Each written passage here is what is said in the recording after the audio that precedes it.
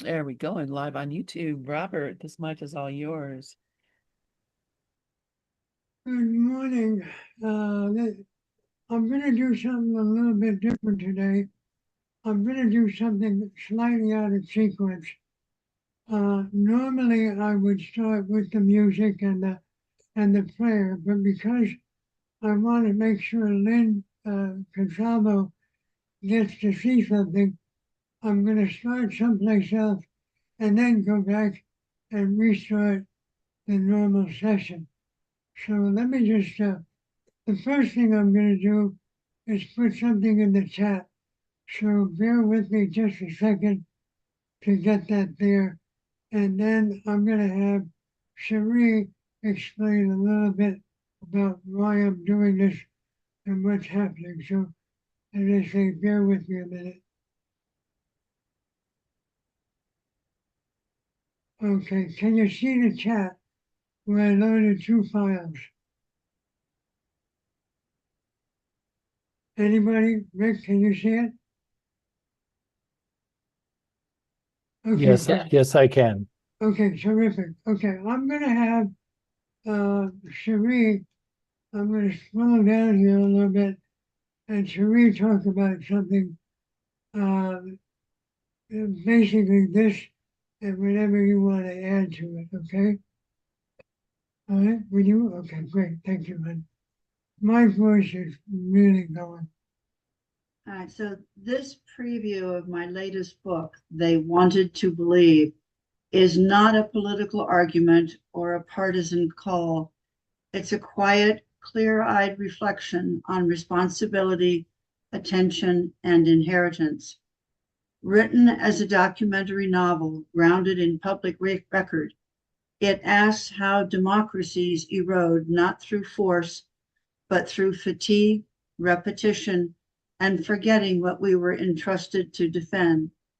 Whether this world is a dream or a classroom, we are still living the experience together, and our choices still matter within it. I hope you'll read the preview, not to be persuaded, but to pause, remember, and decide for yourself what vigilance looks like now. Please download and read these two files at your earliest convenience. And the second file is really, I'm explaining why it's so important for this information to get out there. Because, in my opinion, we are on the verge of a nuclear war. And although it'll put an end to this dream, I don't think that's what we want. Not that way.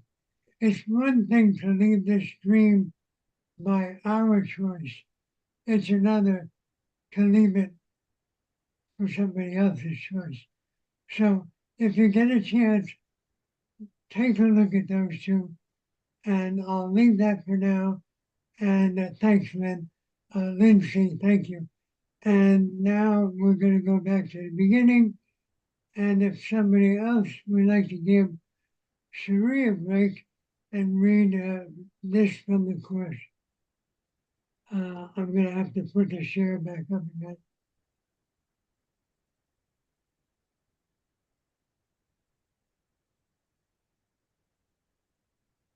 Okay, would anybody like to read that? And then I'll start the music. I can read it. Thank you.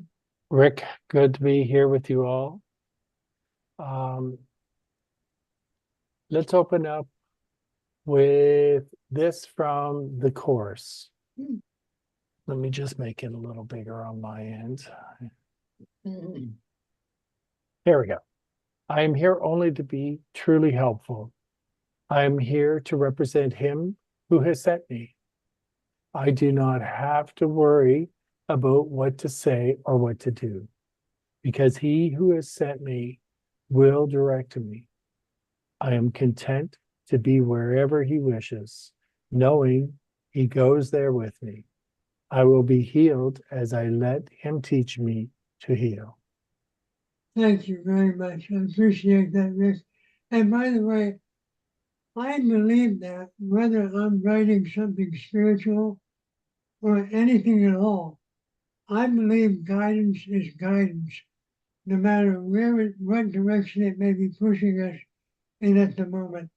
So let me go down here a little bit more, and I've got a nice piece of music for today, and then we'll go on from there.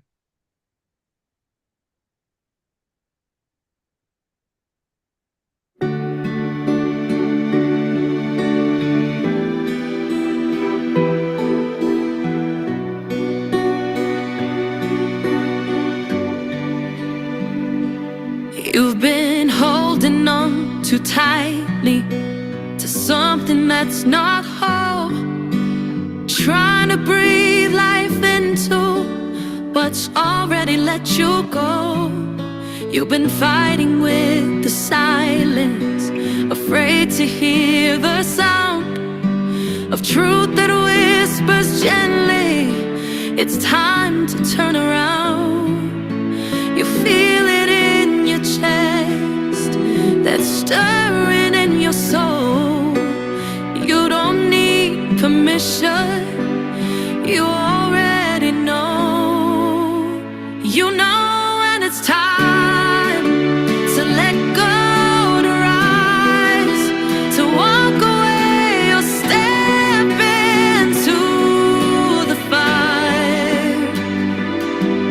When your heart speaks soft but clear and loud, you don't need the answers, you just need to allow.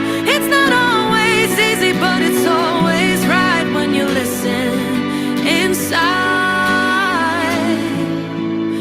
You know when it's time. You've been dimming all your colors, shrinking just to fit, ignoring all the signs that you were made for more than this. But freedom doesn't beg you, it waits until you choose. And peace will flood your spirit when you release what you must lose. You hear it in the stillness, you feel in the ache. That quiet voice will guide you when you're brave enough to break. You know when it's time to let go, to rise, to walk away or step into the fight. When your heart speaks soft but clear and loud, you don't need the answers, you just need to allow. It's not always easy, but it's always right when you listen inside. The higher power lives in you, and when you're lost, it leads you through. Not in fear, but love so wide. You've always known deep down inside. You know when it's time to break free, to shine, to close the door or cross the line. It won't always make sense at the start, but the truth always lives in your heart. It's not always easy, but it's always right when you trust your soul. You'll know when it's time.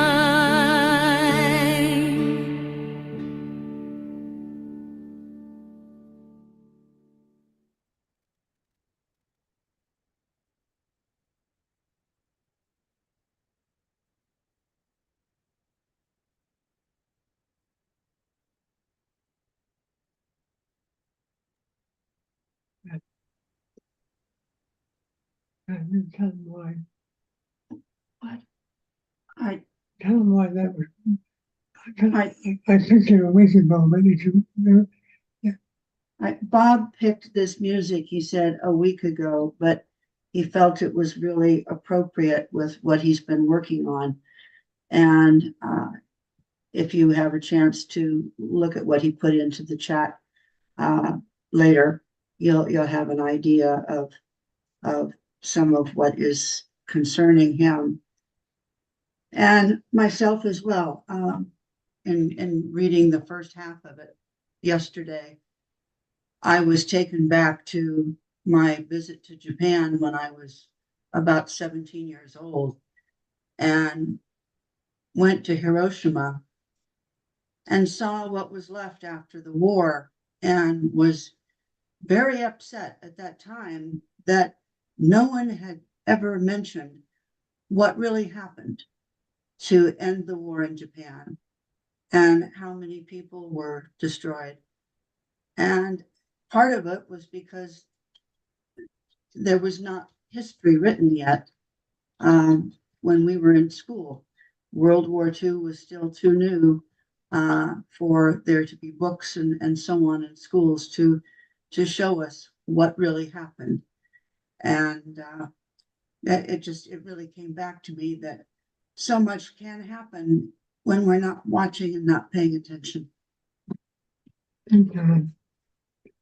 I couldn't share that because I'm still reflect. Caught up in it, yes. You want to read this and then we'll let people Okay. pick an essay? This segment should not be about what I want to say, but what you and or I may need to hear. With that in mind, who would like to select and read an essay? Ask your inner teacher which one sounds right for you. This is a rotating list. Each week, new items are added and previously shared items are archived. I write an average of 2 essays a day. We share maybe 3 each Monday and Tuesday. So there's always new ones to choose from.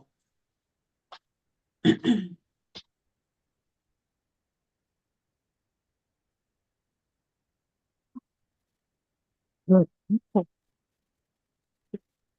who would like to pick an essay?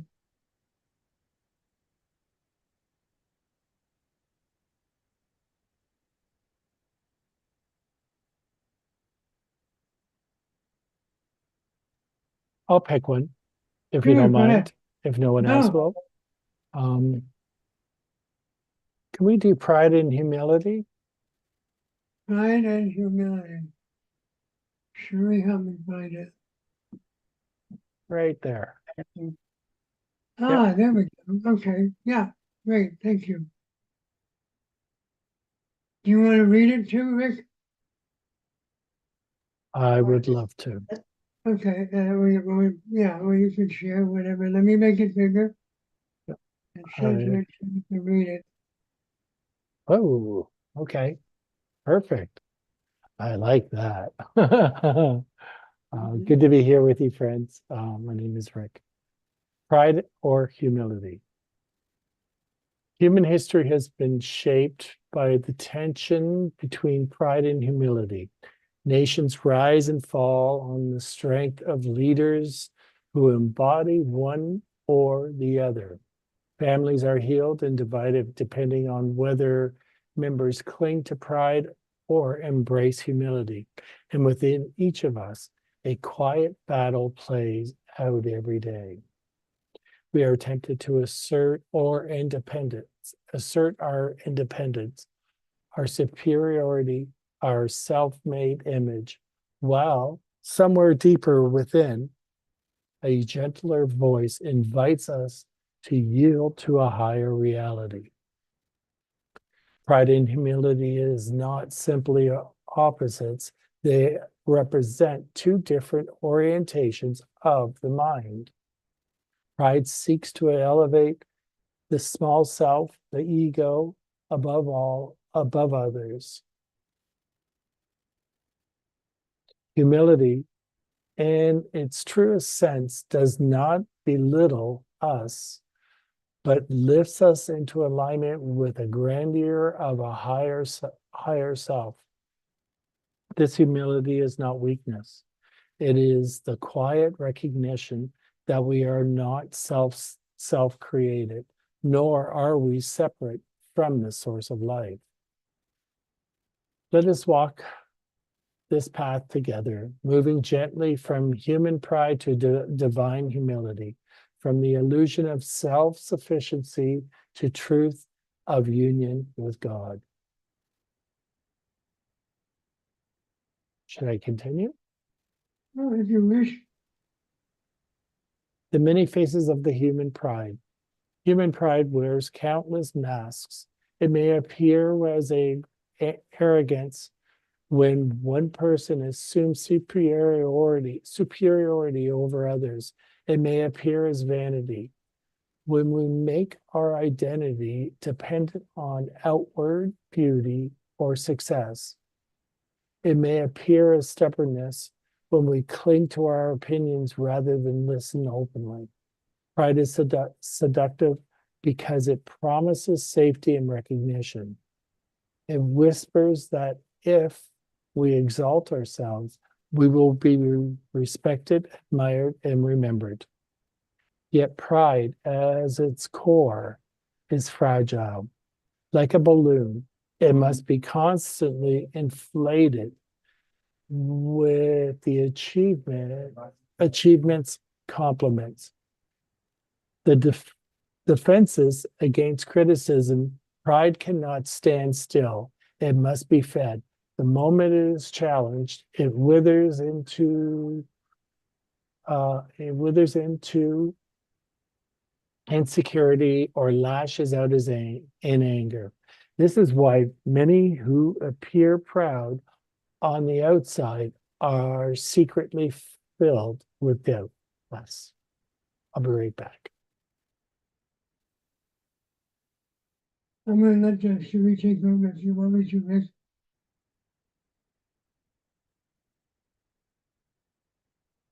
You want me to start? Yeah, Sheree, why don't you keep reading? Spiritual traditions across the ages have warned us of pride's danger. The Hebrew scriptures caution that pride goes before destruction and a haughty spirit before a fall. In Greek tragedy, hubris was the fatal flaw that led heroes to their downfall. Even modern psychology affirms that unchecked ego inflation results in narcissism, alienation, and eventual collapse. Pride builds walls while the soul longs for connection. The subtler pride of self-sufficiency. There is a subtler form of pride, harder to detect, yet equally binding. The pride of self-sufficiency. Many of us feel proud of being independent, of not needing others, of being self-made. On the surface, this appears virtuous. After all, should we not be responsible, hardworking, and capable? The difficulty comes when this sense of self-sufficiency blinds us to the truth that we are never truly alone or independent. Our breath, our heartbeat, the very ground beneath our feet, all are gifts beyond our control. Even the talents we claim as our own are given to us by a higher source. When we say, I did this all by myself, we overlook the countless invisible supports that make our success possible. This is the pride that keeps us from prayer. It convinces us that asking for help, whether from God, from friends, or from the wisdom within, is weakness. But true weakness lies in isolation, while true strength is found in surrender. Rick, do you want to pick up again, or you want Sheree to keep reading? You'll take it? Okay. I can pick it up. Thank you. Okay. The awakening to humility. Humility begins with the simple recognition, I am not the author of my own experience. I did not create myself. I did not set the stars in their courses, or breathe life into my lungs. My life is held by a power greater than myself, a power of love that I can trust. This recognition is not degrading, it is liberating. When I realize that my worth is not built on accomplishments, comparisons, or possessions, I can rest. I no longer need to prove myself. I no longer need to compete for recognition. I am free to be as I was created to be. Humility is not thinking less of ourselves, it is thinking of ourselves rightly. C.S. Lewis captured it well. Humility is not thinking less of ourselves, but thinking of yourself less. True humility does not shrink us down to nothingness. It lifts us up into a radiant truth of our higher self, the self that is one with God, one with love, one with all creation. Humility is the light of our higher self. Humility in the light of our higher self. Excuse me. The higher self, sometimes called Christ within, the inner teacher, the divine spark, is not touched by pride or shame. It simply is. It rests in the eternal truth that we are children of God, created in love and sustained in love. To accept this reality is the essence of humility. Here lies the paradox. Humility is the acceptance of a grandeur, of our grandeur. It is not arrogance to affirm that we are holy, beloved, and eternal. What is arrogant is to deny the truth and substitute a little ego self instead. As A Course in Miracles reminds us, the Son of God is not humble. The Son of God is not humble. He is merely unaware of the glory and needs to be reminded of it. Humility then is not groveling before God, but remembering who we truly are. It is bowing not to a tyrant, but to love itself. It is saying, not my will, but yours be done, not out of fear, but out of trust. I like that. I Should I continue? You like reading? Okay. Sure you take them. Thanks, Rick. Thank you. Freedom of letting go. When pride loosens its grip, life becomes lighter. We no longer need to defend every opinion, win every argument, or outshine every rival. We can laugh at our mistakes, admit our ignorance, and celebrate the successes of others without envy. Humility frees us to be human because it anchors us in what is divine. This freedom extends to our relationships. Pride divides, but humility unites. Pride insists on being right, but humility listens. Pride hoards, but humility shares. In every conflict, whether between friends, families, or nations, the path to peace begins when one party dares to lay down pride and embrace humility. Imagine a world where leaders were more eager to serve than to dominate, where individuals measured greatness not by wealth, but by love. Such a world would reflect the humility of the higher self, which recognizes that we are all connected, all expressions of one life. The practice of humility. How do we move from pride to humility in daily life? The shift is subtle but powerful. It begins with awareness, catching ourselves in the act of self-inflation or self-sufficiency, and gently choosing another way. Practice gratitude. Gratitude is humility in action. Each time we give thanks for something beyond our control, we acknowledge that life is a gift. Seek guidance, whether through prayer, meditation, or quiet reflection. Turning to the higher self breaks the illusion of self-sufficiency. Listen deeply. Humility listens more than it speaks. By truly hearing others, we honor the divine presence within them. Celebrate others. Instead of competing for recognition, rejoice in the gifts of others. Their success does not diminish ours, it enriches us all. Release defensiveness. The need to be right is a mask of pride. Humility allows us to admit when we are wrong and to learn without shame. These practices do not erase the ego overnight, but they steadily realign us with the truth of who we are. Humility as the door to peace.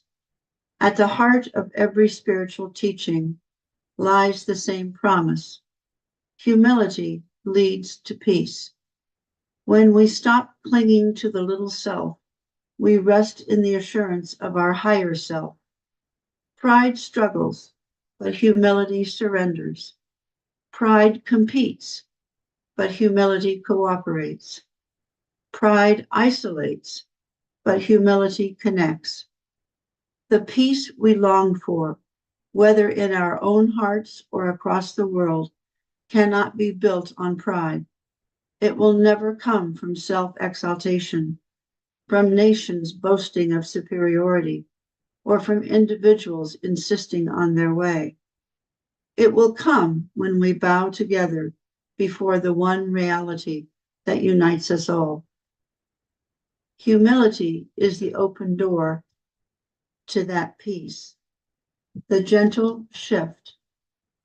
The journey from pride to humility is not about diminishing ourselves. It is about expanding into our true identity. Human pride exalts the little self, demanding recognition, while divine humility accepts the truth of the higher self, resting in the grandeur of God's creation. We begin in pride because we forget. We think we are separate, fragile, in need of constant defense. But as we awaken, we remember we are not separate. We are not fragile. We are sustained by a love that never ends. To accept this is humility, and in that humility, we find the deepest dignity, the truest freedom, and the everlasting peace we seek. Thank you. Any comments or thoughts? And while folks are talking, the next verse, someone else can pick an essay.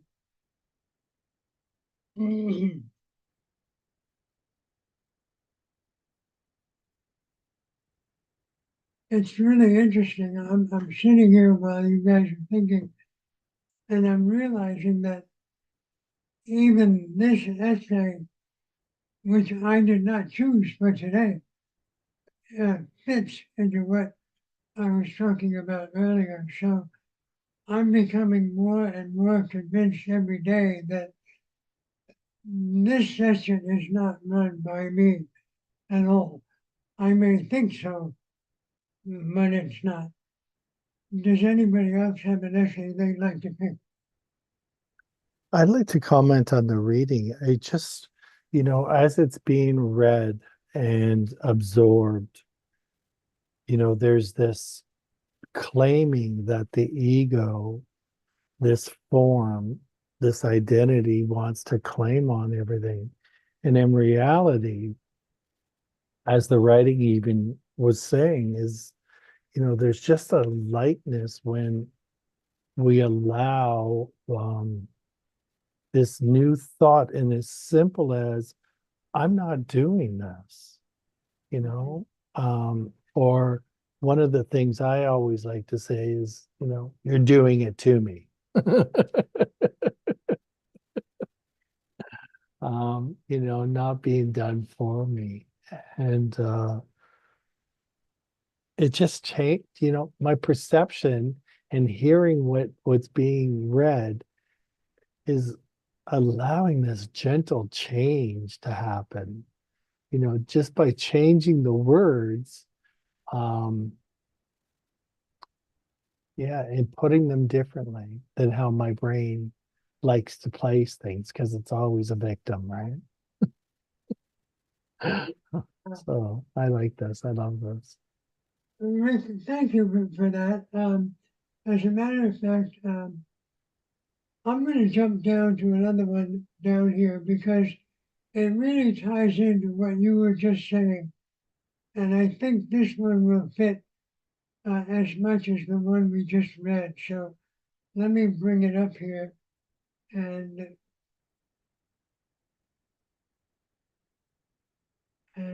I'll make it bigger and resize it.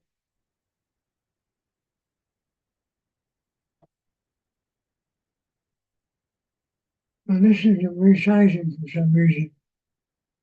Let me restart the share again.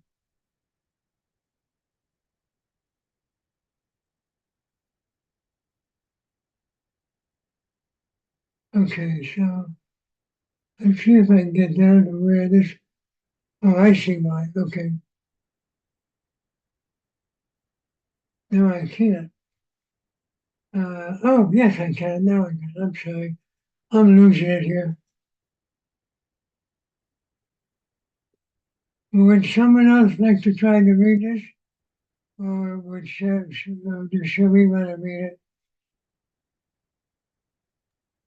And I think I can read.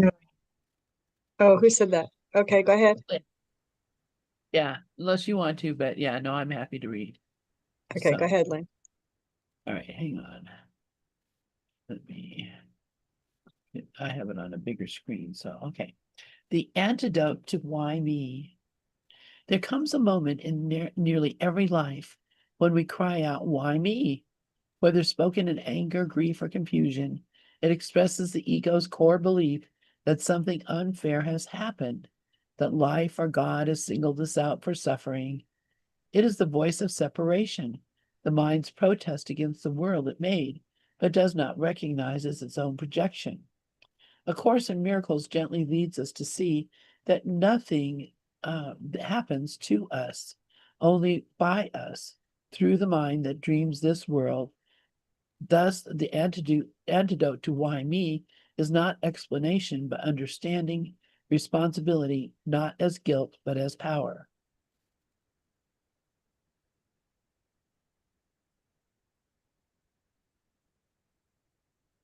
The ego's cry of victimhood. I'm sorry, it respawned. There we go. All right, there we go. Okay. When the ego asks why me, it is really declaring, I am not responsible for this. The ego's entire existence depends on seeing cause outside itself, in other people, in circumstances, in the body, or even in God. But the Course tells us plainly, projection makes perception. The world we see is a mirror of our thoughts, not their source. The text continues, the world you see is what you gave it, nothing more than that. But though it is no more than that, it is not less. Therefore, to you it is important. It is the witness to your state of mind, the outside picture of an inward condition. And yeah, that's probably one of the most important concepts of the entire Course in Miracles, is that it's a projection of our own thinking. So when we look at the world and we say, why is that happening? We can only answer because I wanted it to happen. So, okay, so you want to move it up a little bit.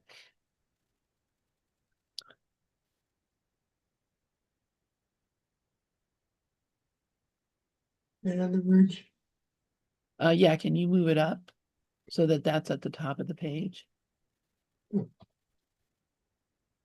hard to do it exactly, but I get close. All right, I'll start reading. In other words, the outer world merely reflects the inner mind. When we see ourselves as victims, we are looking for, let's see, we're looking for at a reflection of our own belief in helplessness. The ego cherishes that belief. For as long as we feel powerless, we will not question its rule. Asking why me keeps the illusion intact, for it asserts that something outside the mind has caused its pain. The course cause and effect reversed. The course spins the world, upends the world's idea of cause and effect. You see the world that you have made, but you do not see yourself as the image maker. That single sentence reveals the source of all suffering, forgetting that we are the dreamers of our dream. We have placed ourselves in our own projection and then complained about what we see. Yet nothing happens by accident. There are no accidents in salvation. Those who are to meet will meet, because together they have potential for a holy relationship. Even the people and events that seem to hurt us are part of a larger classroom for forgiveness. The Holy Spirit uses everything for our good. The ego calls this blame. The Holy Spirit calls it empowerment. If I made the image, I can change the picture. If I wrote the script, I can invite a new author to guide the story. As the Course reminds us, trials are but lessons that you failed to learn, presented once again. So where you made a faulty choice before, you now can make a better one.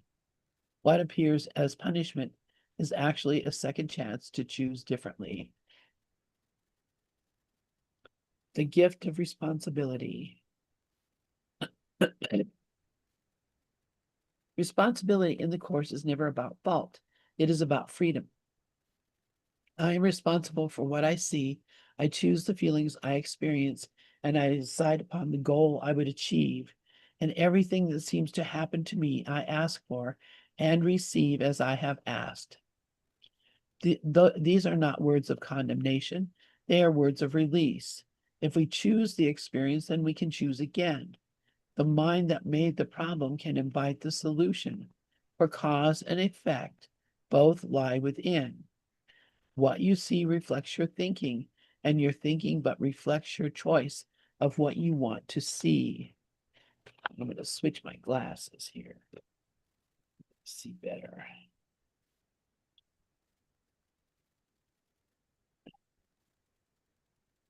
As we embrace the truth, the question, why me, transforms into what is this for? The first question accuses, the second invites healing.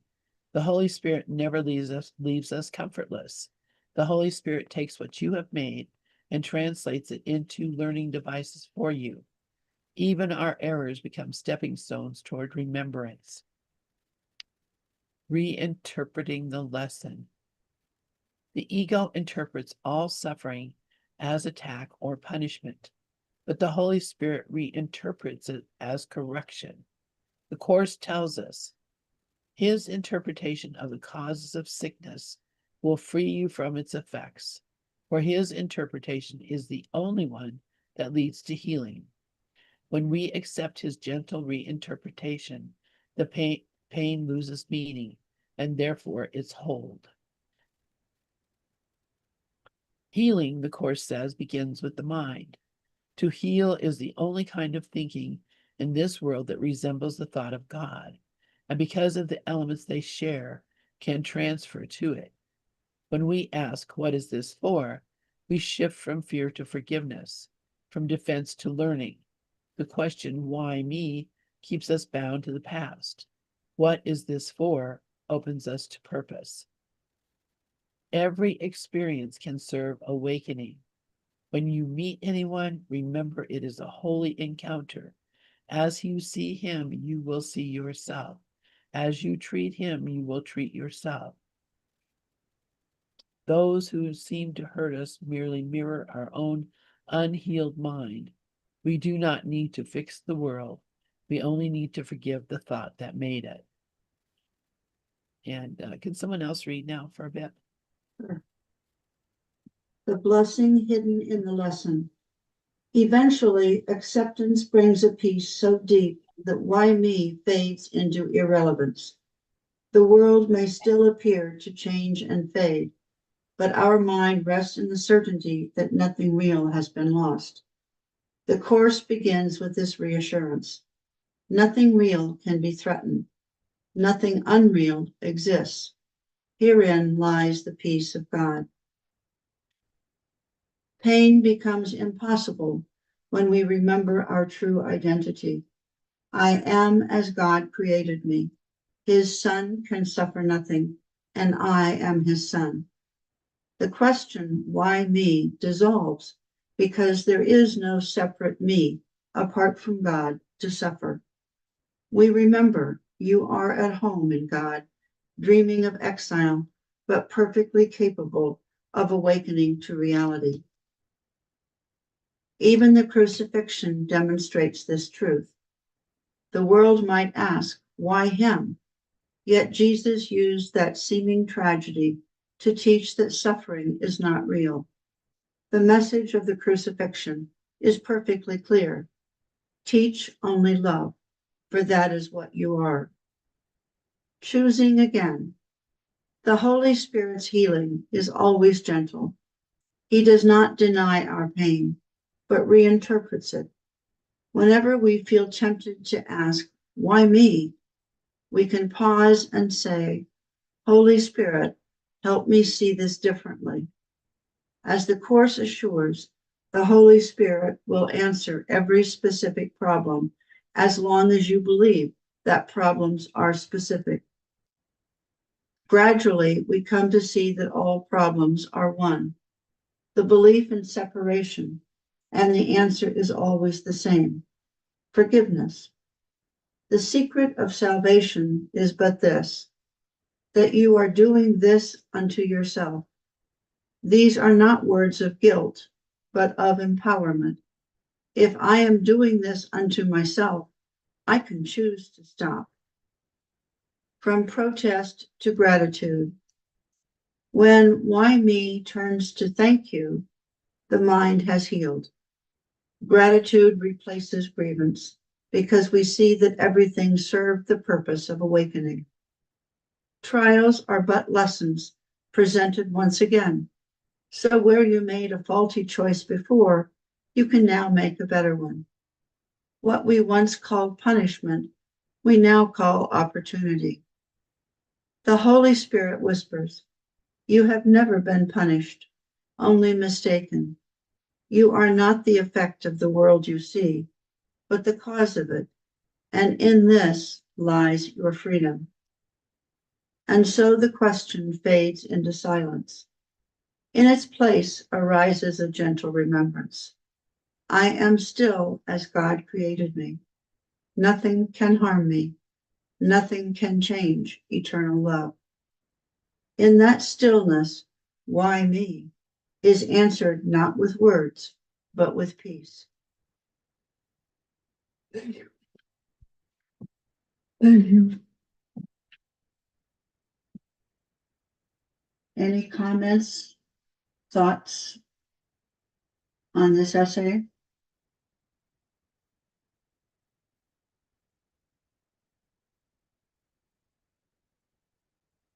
We have enough time for a short one. Yeah, we do have time for one more if somebody'd like to pick one.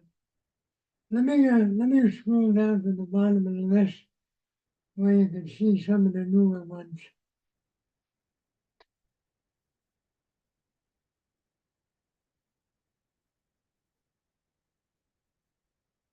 There we go. These are some of the newer ones.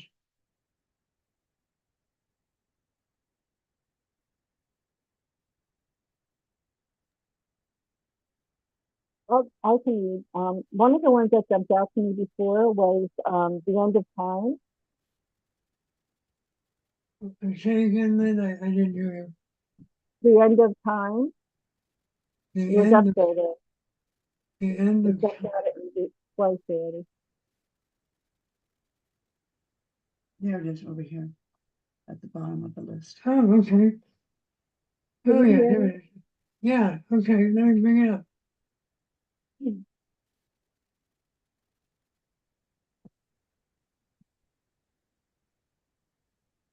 And let me just make it bigger so it fits. I'm sorry. Do you want to read it, Lynn, Gonzalo? Sure. The Okay, end of great. time. Entering the holy instant. We live our lives imprisoned by clocks. Every heartbeat, every sunrise, and every calendar square reminds us that time is passing, that we are aging, that something once known is now gone forever. The ego, which thrives on separation and measurement, depends upon this illusion of linear time. It keeps us trapped between the regrets of yesterday and the fears of tomorrow, seldom allowing us to rest in the eternal now. Yet A Course in Miracles tells us that this entire concept, past, present, future, is part of the dream.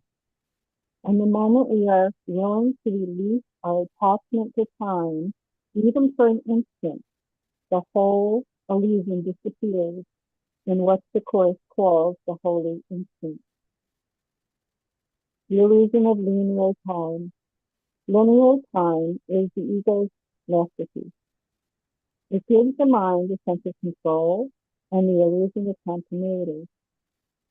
In truth, nothing we perceive as time passing has ever occurred. Time is a trick, a throw of a hand, a vast illusion in which figures come and go as if by magic. And Source 158. The purpose of this trick is simple: to convince the Son of God that he is separated from his source, that he once fell from grace and now must strive to return to a sequence of years and lifetimes. But eternity knows nothing of sequences. The eternal is whole, complete, and changeless. Time, by contrast, is a fragmented lens through which the eternal appears broken into pieces. The ego made this illusion to keep the mind preoccupied, replaying old memories, anticipating future outcomes, and rarely noticing the stillness that exists right now. That's a beautiful line. Rarely noticing the stillness that exists right now. The present is the only time there is. The Course offers a profound correction. The present is the only time there is. Okay. I'm assuming that's the record. CI 164. Yeah, you can skip those. Just read past them. Okay. This isn't a poetic idea, but a literal truth. Everything real, love, peace, and joy, can only be experienced now. The past is gone, the future is not yet, and both exist only as thoughts within the mind. When we cling to either, we step out of the eternal present and into illusion. Think about how our minds drift into if only and what if. If only I had done this differently. What if things don't turn out as I hope? These thoughts seem innocent, yet they keep us bound to guilt and anxiety, the ego's favorite tools.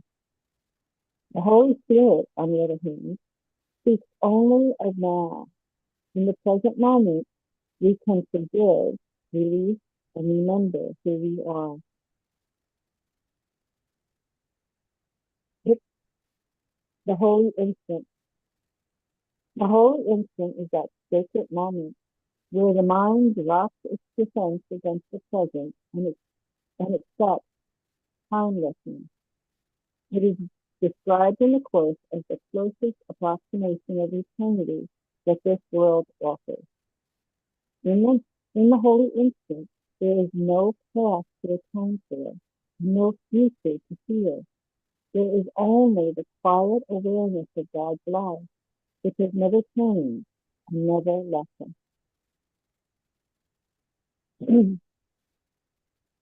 This instant does not require years of spiritual training. It requires only willingness, the willingness to stop trying to manage time and to rest in the awareness that time itself is not real. The holy instant abolishes the past in your mind, and thus the future cannot but be different. When we accept this, even briefly, we experience the end of time as we know it. And the next section is releasing time is releasing fear. Why do we hold on to time so tightly? Because time seems to guarantee our identity.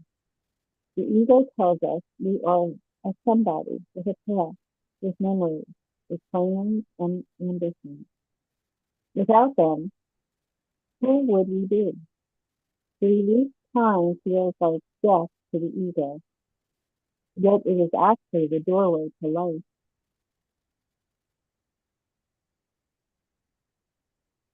Fear dissolves when we recognize that nothing real can be threatened and nothing unreal exists. Every pain we have ever felt is tied to a timeline. Something that happened, something that might happen, something that is happening too slowly or too fast. The holy instant erases the story and leaves only peace. Imagine your greatest problem, financial, relational, or physical. Notice how its power depends on the passage of time. A bill due next week, a relationship broken years ago, a diagnosis that predicts decline. Now imagine lifting that entire framework out of time, resting it in God's eternal now. In that instant, it loses all meaning. And what a burden becomes and what was a burden becomes neutral, and what was fear becomes an invitation to remember the truth. The next section is miracles collapse time. In A Course in Miracles, miracles are not supernatural events, but corrections in perception that collapse time. The miracle substitutes the learning that might have taken thousands of years. When we forgive, we dissolve the distance the ego placed between guilt and release. When we love, we erase the imagined span between separation and unity. Each moment we choose love instead of fear. We shorten the dream of time and move closer to the awakening that ends it all together.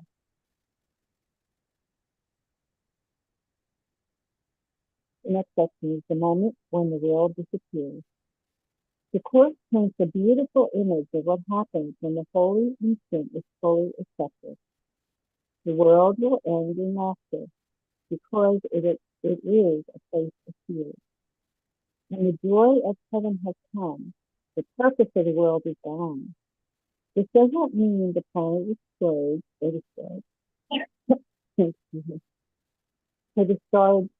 or the stars fade away. It means that the world, as a symbol of suffering, will vanish from our perception. We will still see a world, but it will be radiant with meaning, a reflection of heaven's light instead of the projection of fear. In that instant, the past is undone, the future is unnecessary, and what remains is the eternal present, changeless, peaceful, and whole. So the next section is practicing the holy instant. How do we experience this? Begin by pausing. Just one breath, one moment of willingness to stop the spinning of the mind. Say inwardly, I do not know what time is for. Let me be still an instant and go home. Let the mind rest when it's beginning and let the mind rest when it's planning and judging. Be still an instant and go home with him and be at peace a while. In that pause, you step outside of time. You are no longer a body aging and starving. You are the timeless awareness observing it all. You may feel only a flicker of peace at first, but that flicker is eternity shining through the cracks of the illusion. Each time you practice, the illusion fades, and the holy light grows stronger. The next section is the end of time is the beginning of peace. When we release our concept of linear time, we release the ego's entire defense system. We no longer need to measure progress, regret mistakes, or fear what lies ahead. The holy instinct gathers all seeming moments into one. And in that single moment, the dream dissolves. Oh, I love that paragraph. Time was the ego's invention to keep us wandering in circles, but the holy instant is God's answer that ends the wandering. The moment we seize it, all of it, every pain, every conflict, every illusion is gone.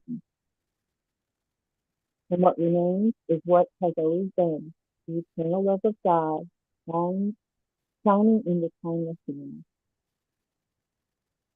Okay, we got to the end and I see it's Yeah. beautiful. Lynn, thank you very much for reading that. And I'm really glad you were able to stay for the whole session. Just so you know, I know this is probably your first time with me on a Monday, but this right here at the bottom, GinoJamesBooks.com, that's my website.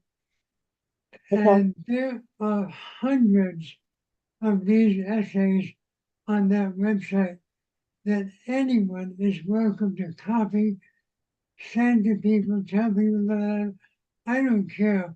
All I want to do is bless the world. So anybody listening on YouTube can go to that website and share whatever you like. And with that, Lynn, thank you very much for Lynn Consalvo, thank you for reading. Rick, thank you for reading. Mike, thank you for being here. And Lynn, it's back to you. Thank you so much. Thank you so much. And thank you, everybody. What a wonderful hour this has been. What a wonderful morning we've had so far.